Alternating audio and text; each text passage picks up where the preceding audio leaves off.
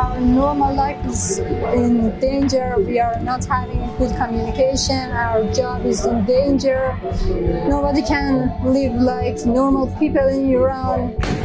In the wake of large-scale protests rocking Iran since September, the government has cracked down on the internet. We are using Telegram. We use proxies mostly.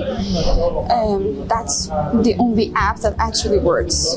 Other things, they don't work. I mean, like, she doesn't have Instagram. We can't use direct messages. We can't use WhatsApp. Not at all. And now protesters are turning en masse to VPNs to bypass restrictions and keep channels open to each other and the outside world. Every minute you wanna use internet, you must have that. At least 13 VPNs are active in my phone. And everyone's phone is like that, you know what I mean? I think about I have 8 VPN and I delete a lot of them because they blocked or don't work recently. I've lost count, maybe 10. A VPN, or virtual private network, is essentially a software that lets you conceal your IP address.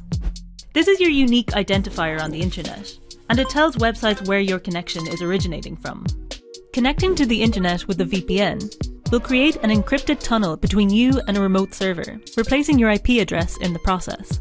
And what that means is that to an internet censor trying to block traffic from a particular country, your traffic will look like it's coming from somewhere else in the world.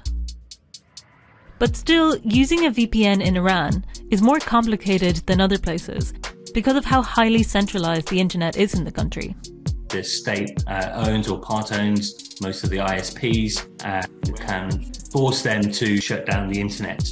What we saw during the biggest shutdowns during the protests is that in various different ways the big ISPs blocked international traffic. Very little internet traffic was escaping Iranian borders. They were blocking the international gateways. Blocking international gateways means government censors can more effectively block VPN traffic. More effectively, but not completely.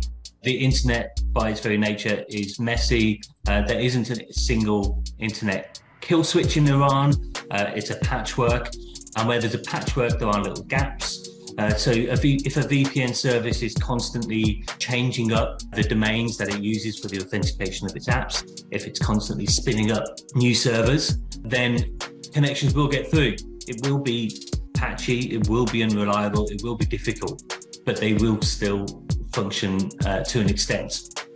This is why Iranians will often have a multitude of VPNs on their devices, hopping between them as and when they get shut down. I use them for a week or two and then they get disabled and I have to download another one. So it's a bit tricky downloading VPNs, and in order to download one, you should have another VPN to download another VPN. It's really hard. The Iranian government has a number of tactics that it likes to use to block VPNs.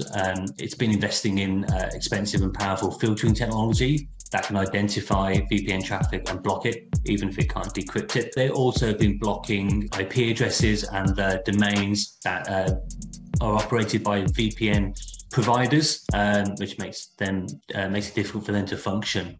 Iran's security forces have violently cracked down on the unrest that spread nationwide after the death of Mahsa Amini in custody of the country's morality police.